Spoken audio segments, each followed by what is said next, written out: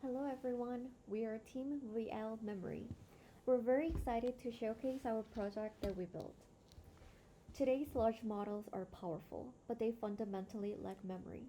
They can describe what they see in a moment, but they forget everything as soon as the frame changes or within a short period of time. So when they get asked about the past, they don't recall because they have no memory. One of the problems we found is that large models hallucinate a lot because models generate the answers based on the probabilities instead of the fact. These are the two examples that show hallucinations in large models. In this slide, there are three short video clips of examples where the large models fail. We uploaded 4-minute long videos of a camera going through the environment into different top LLMs such as Cloud Sonnet 4.5, ChatGPT 5, and Gemini 2.5 Flash, and all of them fail except for Gemini 2.5 Pro. This succeeds after a very long thinking time, which isn't really practical in long tasks. To solve this problem, we introduced adding spatial information into the memory.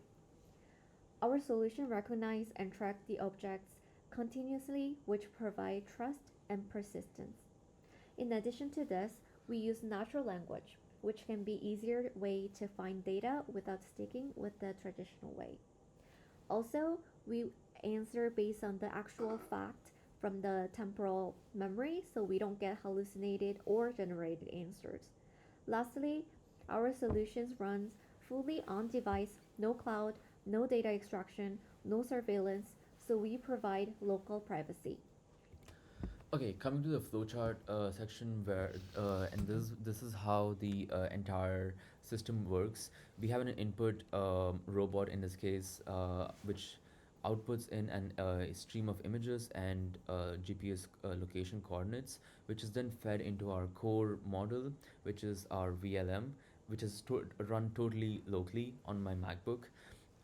This takes in the images and then extracts the objects with its respective attributes such as shape, name, brand, color, orientation, etc. All this database, this memory is been saved into our local database, and it's being sent into our front end server, um, which has the fast API connection to it. In terms of our front end server, we have a bunch of functionalities. One functionality is having a find objects method. As said previously, we use natural language to query. So if you want to search for a bottle, uh, even if the object saved is water bottle, we still get the necessary object. We also get the live image stream taken from the robot, as well as the other tracked objects and its most recent locations as seen from the robot. Yeah, so moving on to the backend, there's two parts of the backend. One, the database, which is the memory for the actual model, and the VLM. This database allows the VLM to properly detect and update objects without hallucinating, and in turn, the VLM will then update the respective timestamps, orientations, and local positions of objects within the database. These two work back and forth with each other, and then the database, using a corresponding custom API, will then go and interface with the front end website to provide objects as well as their time gated data. During our project, we faced some challenges, achievements, and we learned a lot about certain things. Our biggest challenges came from model design and time complexity. Obviously, implementing a local VLM and using it live was very hard, and balancing latency and accuracy was something that we had to worry a lot about. However, we were able to achieve integrating this, a lot of different things, embeddings, WebSockets, all into one package, which is something we're very proud of. And during this process, you obviously learned a lot about the VLM workings and also about WebSockets, model hosting, and a lot of different other things. So now we can actually move on to our demo.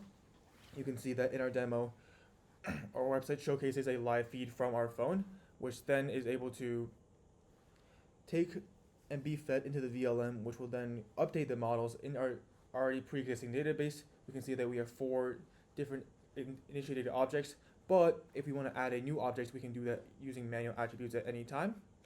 And as we go along, you'll see the text flashing, showcasing that the location of each one of the objects in the database has been updated based on the data received from the VLM, which will showcase the most accurate recent data on where they are within a certain frame, as well as their current attributes.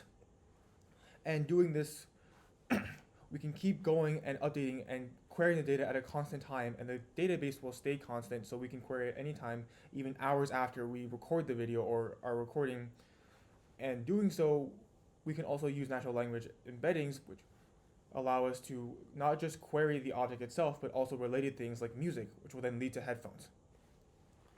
So that's pretty much all for our project. Thank you guys so much for listening.